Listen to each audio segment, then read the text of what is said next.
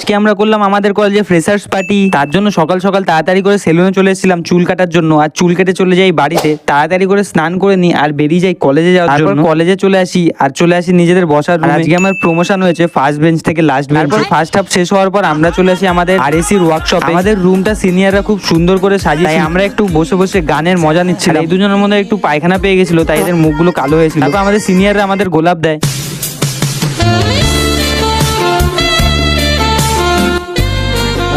औरत बनने का शौक है, औरत बनने का शौक। আর টিচারদের সাথে সাথে স্টুডেন্টরাও ডান্স করা শুরু করে। তারপর সবাই হাঁপিয়ে গেলে কেক কাটা শুরু হয়। আর যাতে আমরা ঘুমিয়ে না পড়ি তার জন্য আমাদের এই কফি কো লজেনগুলো খেতে দেয়। তারপর স্যাররা একটু বক্তৃতা দেওয়া শুরু করে। হাম্বা রাম্বা রাম্বা কাম্বা কাম্বা দুম্বা দুম্বা বুম্বা বুম্বা বাম্বা বাম্বা।